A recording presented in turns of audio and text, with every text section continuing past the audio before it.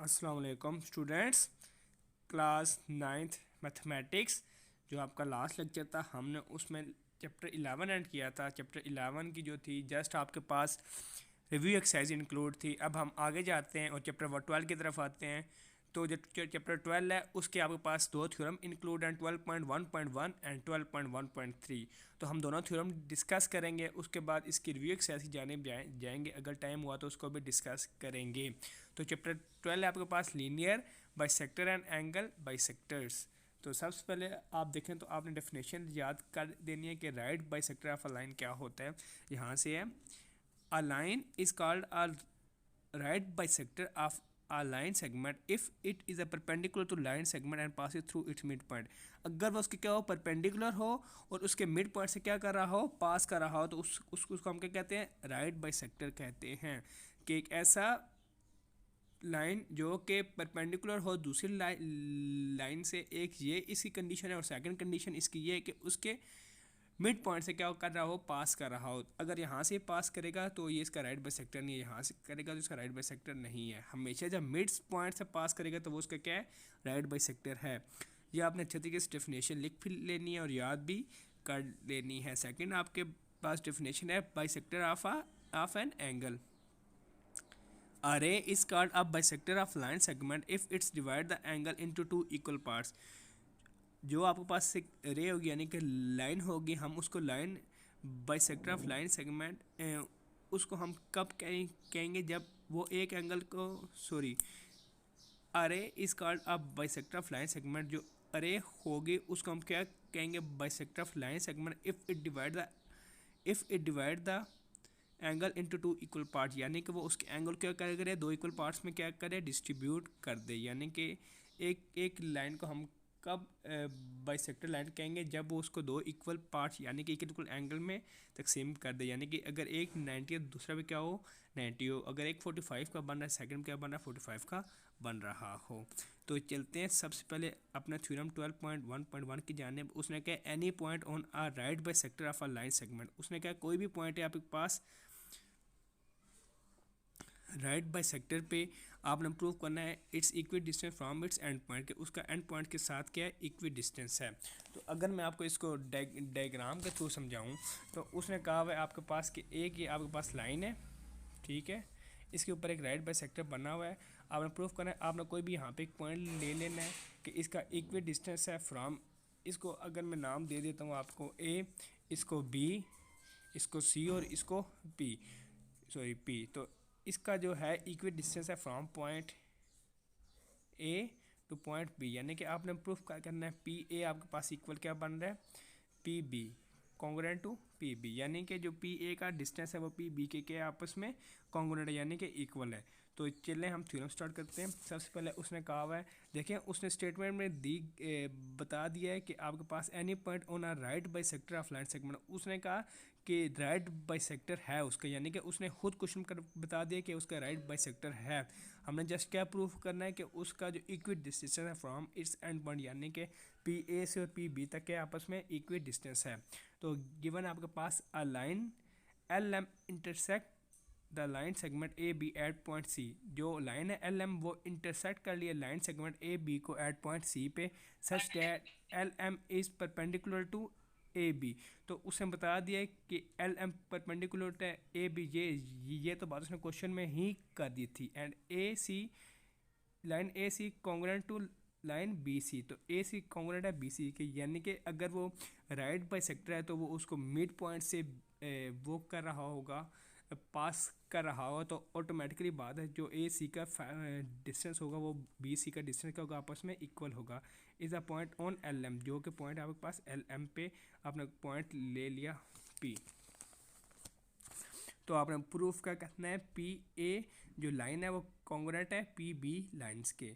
तो आपने कंस्ट्रक्शन कर देनी है joint P to point A and B. तो आपने पी को मिला दिया ए और बी के साथ। देन आप दो ट्राइंगल ले लें, एक ट्राइंगल ले लें ए सी पी, दूसरी ले लें बी सी पी। यानी कि एक ट्राइंगल मैंने ले लिया आपके पास ए सी पी और दूसरी बी सी पी।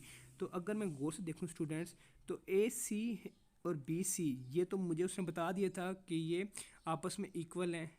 तो मैंने क्या लिख लिया, A C is equal to B C, तो ये आपके पास क्या होगा, गिवन हो गया। इसी तरह जो एंगल है आपके पास ए सी पी वो कॉन्ग्रुएंट है एंगल बी सी पी के, क्योंकि जो given B C is perpendicular to A B दिया हुआ है, यानी कि ये हमें इधर उसने क्वेश्चन में बताया हुआ है।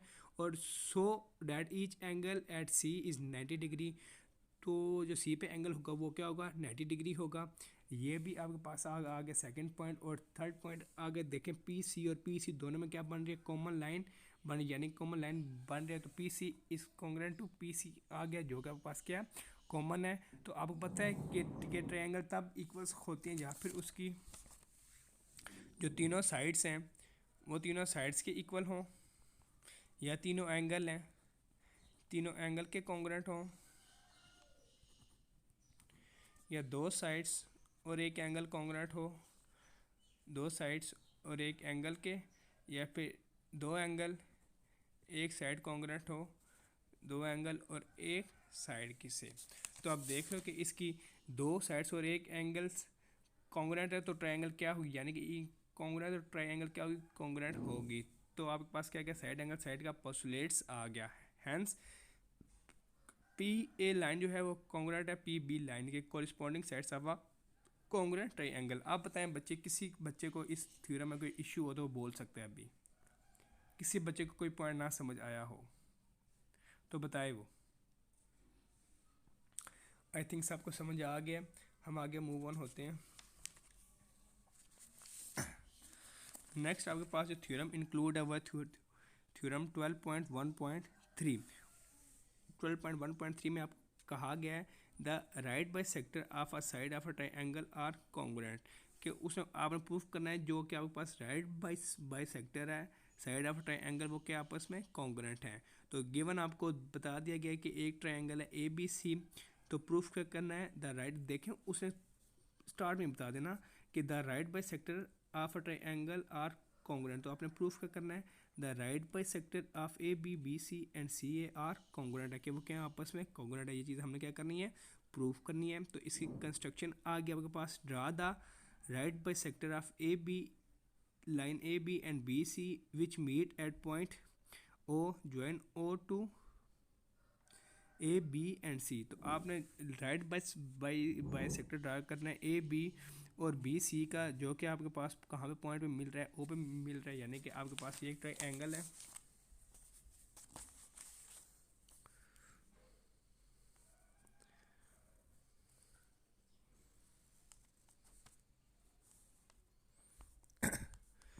ये ए है, ये बी है और ये सी है। तो आपने एक ये राइट बाई सेक्टर ड्रा कर लिया, एक इधर से कर लिया, तो ये आपके पास कहाँ पॉइंट मिल रहा है, ओ पे मिल रहा है। देन आपने इसको ज्वाइन कर देना ए के साथ, फिर बी के साथ और फिर इसको सी के साथ, जो उसने क्वेश्चन में बात की थी कि आपने इनको क्या कर देना, आपस में ज्वाइन कर देना है। और ये आपने जो लाइन बनानी है ये डॉटेड बनानी है। जी बेटा बोलें। जी ये वाला इंक्लूड नहीं है, इससे आगे वाला इंक्लूड है 12 बेटा ये भी 12.1.4 बेटा ये भी इंक्लूड है, दो इंक्लूड नहीं थे, दोनों है ना बेटा। ये 12.1.3 भी हमने करना है और 12.1.4 भी करना है, ठीक है। ओके ओके, तो आपके पास क्या करना है, ओ एक कॉन्ग्रुएंट होगी ओ बी के, जो each point on right bisector of a line segment is equi distance from its and point. तो वो क्या उसके equi distance from its and point से, तो ओ बी कॉन्ग्रुएंट हो गया ओ सी के एज गिवन इन 1 में आपको बता दिया गया, और ओ ए कॉन्ग्रुएंट हो गया ओ सी के, जो आपको बता दिया सेकंड में। तो इसको मैंने इक्वेशन थर्ड का नाम दे दिया, point O is a right bisector of C A. जो पॉइंट ओ है वो आपके पास राइट बाई सेक्टर है सी ए का। तो O is equidistant from A and C, तो ओ के आपके पास equidistant from A and C के of A B and B C of आ, ये आपके पास क्या कंस्ट्रक्शन होगी। Hence the right bisector of three sides of a triangle are congruent. जब उनकी साइड्स आपके पास में कॉन्ग्रुएंट है तो उनके राइट बाई सेक्टर क्या होंगे, आपस में कॉन्ग्रुएंट होंगे। तो ये क्या होगा, प्रूफ हो गया। बच्चे ये जो आपके पास थ्योरम था ये कुछ ALPs में था, कुछ में नहीं था। अब आपको पता है कि पिंडी बोर्ड ऐसे कहीं से भी, यानी कि वो किसी भी ALP को उठा के पेपर दे देंगे। इसलिए ये आपको पता है कि ये मैंने आपको क्लास में करवाया था और इधर मैंने आपको ऑनलाइन भी दोबारा से करवा दिया है, ताकि अगर ये आ जाता है तो आप लोग इजीली अटैम्प्ट कर पाओ। जो नई ALPI है उसमें 12.1.1 और 12.1.4 इंक्लूड है। ये अब हम मूव ऑन होते हैं। ठीक है बच्चे, मेरी बात समझ आ गई सबको? तो आपके पास क्या है, any point on a by sector of a angle is equi distance from its arms. जो आपके पास कोई भी पॉइंट है by sector of angle is equi distance from its arm, यानी कि यहाँ पे कोई भी पॉइंट है तो इसका इक्वी डिस्टेंस है। प्रूव करना है आपका PR और PQ के आपस में इक्वी डिस्टेंस है। तो आपके पास गिवन क्या आ गया, आ point P is on OM। तो कोई भी पॉइंट P आपने ले लिया OM पे, the bisector of angle AOB, जो किसका बाइसेक्टर एंगल AOB का। तो आपने प्रूफ क्या करना है, जो मैंने आपको अभी बताया कि PQ और PR के आपस में इक्वी डिस्टेंस है। P is equi distance from OA and OB, यानी कि OA से और OB से क्या इक्वी डिस्टेंस है। कंस्ट्रक्शन आपने कल ड्रा कर लिया, PR perpendicular to OA and PQ perpendicular to OB। Construction आप अपने पास से सपोज करते हैं। ठीक है, तो आपने परपेंडिकुलर ड्रा कर लिया PR जो कि परपेंडिकुलर है OA का, और PQ जो कि परपेंडिकुलर है OB का। ये जो डॉटेड लाइन होती है ना, ये आप कंस्ट्रक्शन में यानी कि अपने पास से सपोज करते हैं। नेक्स्ट आपके पास आ गया in triangle POQ corresponding to triangle POR OPOP। अब देखें दोनों एक हैं, तो ये आपके पास क्या आ गया, कॉमन आ गया। Angle PQO congruent to triangle PRO, ये आपके पास क्या आ गई, कंस्ट्रक्शन जो आपने सपोज की थी। और angle POQ is congruent to angle POR, ये आपके पास गिवन था। तो आपके पास दो एंगल्स और एक साइड क्या होगी, इक्वल होगी, तो ट्रायंगल क्या होगी, आपस में कॉन्ग्रुएंट होगी। तो आपके पास प्रूफ हो गया PQ का जो है वो कॉन्ग्रुएंट है PR के कोरिस्पोंडिंग साइड्स का कॉन्ग्रुएंट ट्रायंगल। ये थे आपके पास 3 थ्योरम्स। अब हम नेक्स्ट मूव ऑन होते हैं अपने एक्सरसाइज की जानिब। तो जो आपके पास एक्सरसाइज है, तो आपको पता है सबसे पहले क्वेश्चन नंबर 3 था, तो दोनों डेफिनेशंस मैंने आपको पहले स्टार्ट में बता दी। अब हमने इसका क्वेश्चन नंबर 4 डिस्कस करना है और क्वेश्चन नंबर 5 क्या करना है, डिस्कस करना है, जो कि इंक्लूड है। तो वो हम स्टार्ट करते हैं। तो बच्चे आपके पास क्वेश्चन नंबर 4 है, if the given triangle ABC is a equilateral triangle. Equilateral ऐसे होते हैं जिसके साइड्स ट्रायंगल का आपस में इक्वल हो, and AD is bisector of angle A। जो AD है वो आपके पास, यानी कि AD है वो बाइसेक्टर है एंगल A का। Then find the value of unknown X, Y and Z। आपने क्या करना है, X, Y और Z की क्या करनी है, फाइंड करनी है वैल्यू। तो सबसे पहले मैं यहाँ पे लाइन डायग्राम ड्रा कर लेता हूँ। ये आपके पास क्या है, 4 है।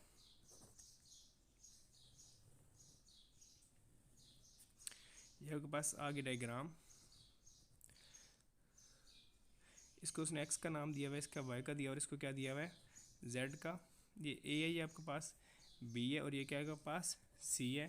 तो आपको पता है जैसे ट्रायंगल ABC इज इक्विलेटरल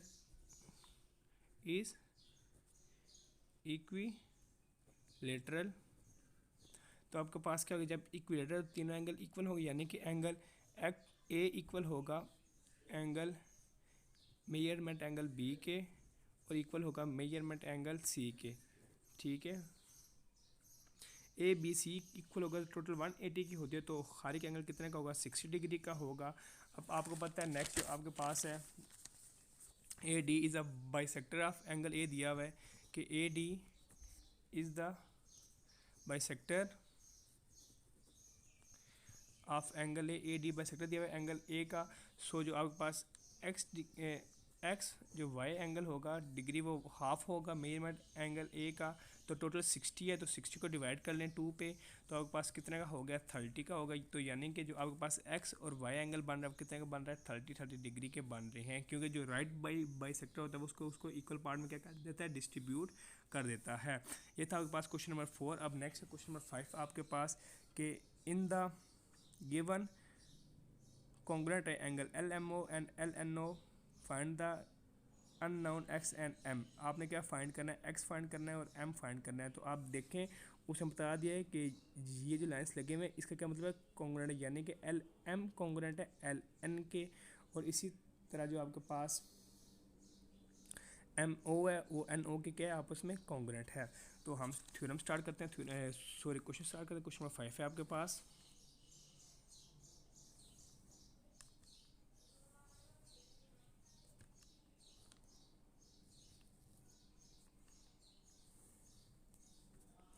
ये L दिया हुआ है, ये M दिया हुआ है, ये क्या दिया हुआ है N, ये O दिया हुआ है आपके पास, ये M दिया हुआ है, ये 12 दिया हुआ है, ये 2x प्लस 6 दिया हुआ है, ये क्या दिया हुआ है 18।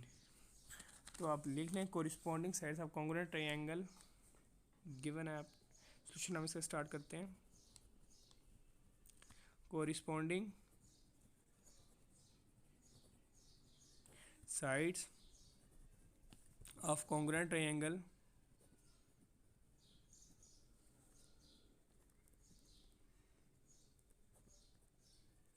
Triangle LMO and triangle LNO। तो आपके पास क्या आ गया, LM जो आ गया वो कॉन्ग्रुएंट आ गया LN के। मैंने आपको पहले बता दिया था कि LM कॉन्ग्रुएंट है LN के, यानी कि 2x प्लस 6 हो गया 18 के। अब 6 यहाँ पॉजिटिव 4x साइड जाके हो जाएगा नेगेटिव, यानी कि 2x is equal to 18 minus 6।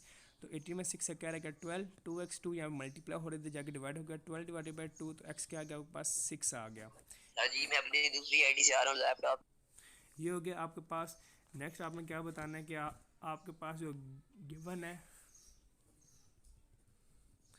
Measurement ON कितना दिया हुआ है आपके पास, वो दिया हुआ है आपके पास 12। तो since given triangle are congruent, तो आपको पता है कि जो आपके पास ट्रायंगल वो क्या है कॉन्ग्रुएंट है। Since given triangle are congruent,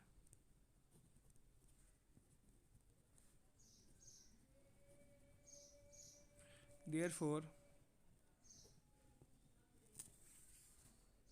OM equal होगा ON के। तो इसी तरह M किसके इक्वल होगा 12 के। ये थी आपके पास चैप्टर नंबर 12। आज के टॉपिक में हमने चैप्टर नंबर 12 पढ़ा। अगर किसी बच्चे को कोई प्रॉब्लम है किसी क्वेश्चन में तो वो अभी पूछ सकता है। बच्चे किसी कोई इशू है किसी क्वेश्चन में तो वो बताए। बच्चे किसी बच्चे को कोई प्रॉब्लम है किसी क्वेश्चन में तो वो बताए। आई होप किसी को कोई इशू नहीं है।